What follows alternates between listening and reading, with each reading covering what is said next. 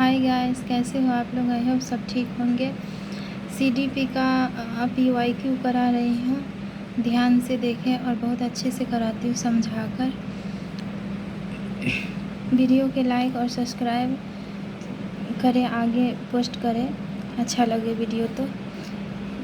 देखिए, प्रश्न नंबर पहला है, शिक्षा के क्षेत्र में पाठ्यचर्या शब्दावली खाली स्थान की ओर संकेत करती है।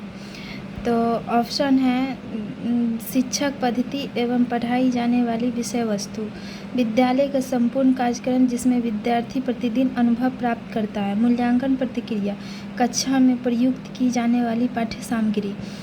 तो ऑप्शन नंबर बी होगा, विद्यालय के संपूर्ण कार्यक्रम जिसमें विद्यार्थी प्रतिदिन अनुभव प्राप्त करते। अनुभव, बच्चे अपने अनुभव से कुछ सीखता है,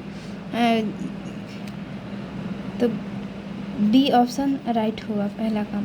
दूसरा क्वेश्चन है, निचली कक्षाओं में शिक्षा की खेल पद्धति मूल रूप से आधारित है शारीरिक शिक्षा कार्यक्रम के सिद्धांतों पर। दूसरा ऑप्शन है शिक्षक पद्धतियों के सिद्धांत पर। तीसरा ऑप्शन है विकास एवं वृद्धि के मनोवैज्ञानिक सिद्धांत पर। शिक्षा के सामाजिक शास्त्रीय सिद्धांतों पर। तो ऑप्शन नंबर सी होगा, विकास एवं वृद्धि के मनोवैज्ञानिक सिद्धांत पर। निचली कक्षा में जब बच्चा खेल पद्धति के अपनाते हो तो विकास और वृद्धि दोनों के सिद्धांतों पर अपनाते हैं। और तीसरा क्वेश्चन है, एक बच्चा अतीत की समान परिस्थिति में की गई अनुक्रिया के आधार पर नई स्थिति के प्रति अनुक्रिया करता है, यह किससे संबंधित है? किससे संबंधित? सीखने का समाद्री नियम, सीखने के प्रभाव नियम, सीखने के प्रतिक्रिया के अभिवृद्धि नियम, सीखने का तत्सम नियम। तो इसमें बी ऑप्शन राइट होगा, सीखने के प्रभाव नियम। इसका बी ऑप्शन राइट होगा, सीखने का प्रभाव नियम।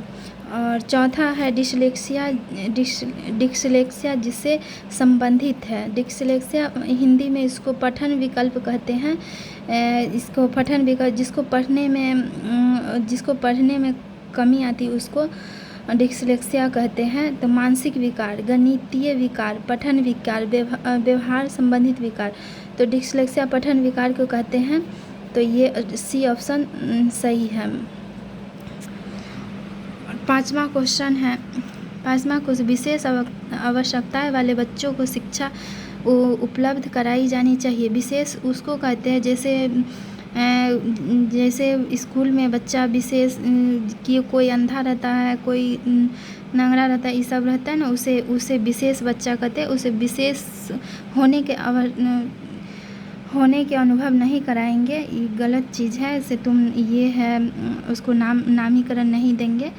तो ऑप्शन चलते, अन्य सामान्य बच्चों के साथ विशेष विद्यालय में विशेष बच्चों के लिए विकसित पद्धति द्वारा, विशेष विद्यालयों में विशेष विद्यालय के विषय शिक्षकों द्वारा।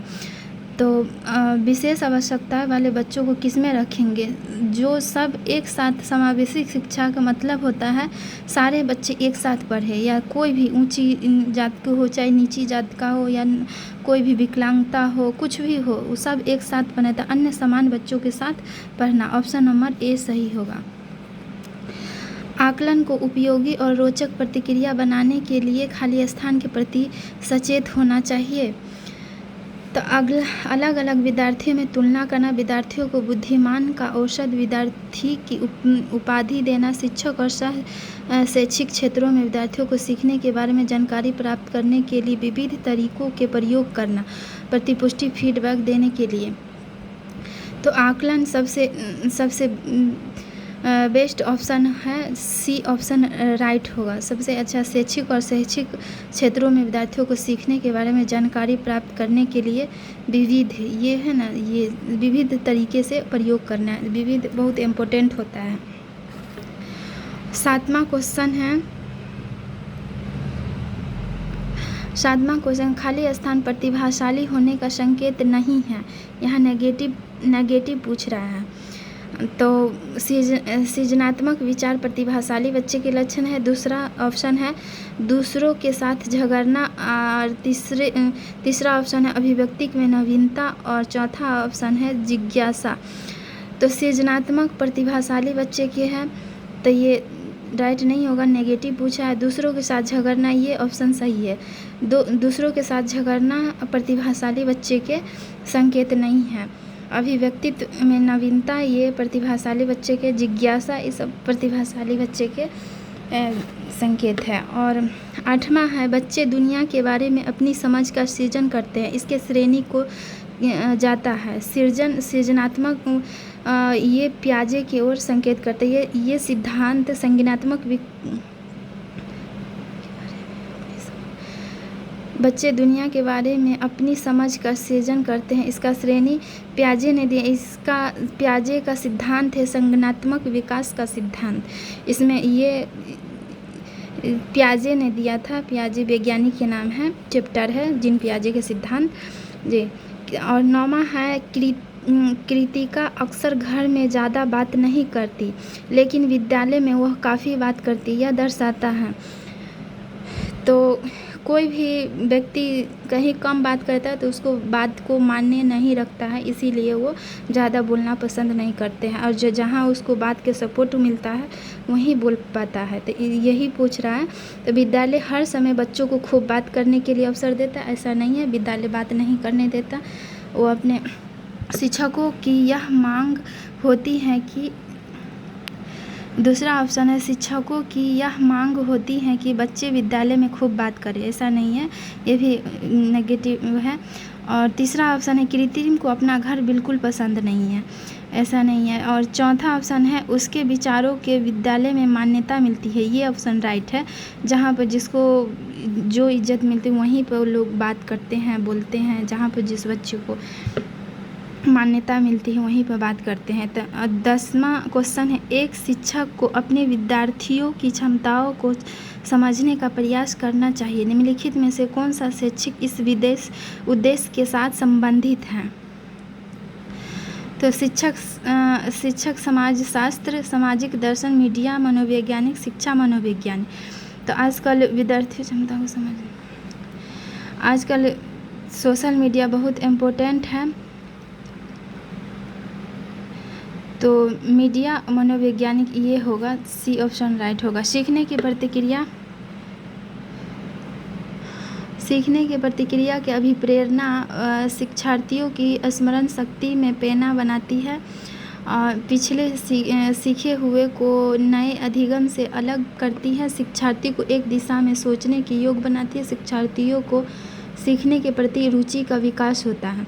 ये डी ऑप्शन सही है, सीखने की प्रतिक्रिया के अभिप्रेरणा और मोटिवेशन मिलता है, शिक्षार्थियों को सीखने के प्रति रुचि का विकास होता है, विद्यार्थियों को रुचि होता है, अपना इस विकास आगे बढ़ता है, और डी ऑप्शन राइट होगा। सीखना समृद्धि हो सकता है यदि ऑप्शन है, वास्तविक दुनिया के उदाहरणों के कक्षा में लाया जाए, जिसमें विद्यार्थी एक दूसरे के अंतर करे और शिक्षक उस प्रतिक्रिया को सुगम बनाए। तीसरा ऑप्शन है, कक्षा में अधिगम से अधिक शिक्षक सामग्री का प्रयोग किया जाए। तीसरा ऑप्शन, शिक्षक विभिन्न प्रकार के व्याख्यान और स्पष्टीकरण का प्रयोग किया जाए, कक्षा में अवधि परीक्षाओं अपेक्षित ध्यान दिया जाए। तो ऑप्शन नंबर ए राइट होगा, क्योंकि वास्तविक दुनिया से जोड़कर पढ़ाया जाता है और बच्चों के अंतर क्रिया करके पढ़ाया जाता है, तब बच्चा सीखता है। क्वेश्चन नंबर 13 है, निम्नलिखित में से कौन से कथन को सीखने की प्रतिक्रिया की विशेषता नहीं माना जाता है? नेगेटिव क्वेश्चन पूछा है, ये वाली नेगेटिव है। शिक्षक संस्थान की एकमात्र स्थान जहां अधिगम प्राप्त होता है, यही नेगेटिव है। सीखने की विशेषता, एक हम कोई भी चीज़ के लिए हम नहीं कह सकते कि एकमात्र यही स्थान है, कुछ भी सीख सकते हैं, हर चीज़ से सीख सकते हैं।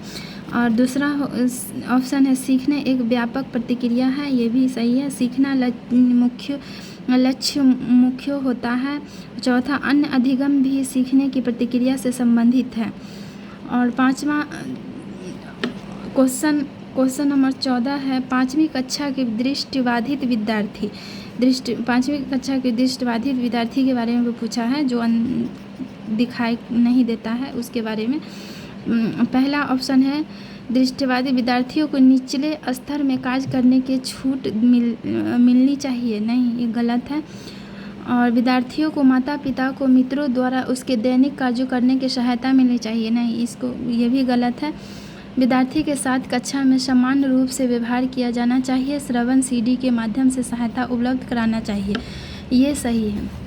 जब उसको दिखाई नहीं देता है तो जो श्रवण सीडी मतलब सुनने वाला टेप रिकॉर्डर या कुछ से उसको बोलकर पढ़ाया जाए, इससे उसको फ़ायदा मिलता है। सी ऑप्शन राइट होगा। चौथा ऑप्शन है विद्यार्थी के साथ साथ विशेष व्यवहार किया जाना चाहिए। नहीं, ऐसा नहीं है, उसको अलग व्यवहार नहीं करना चाहिए, गलत है।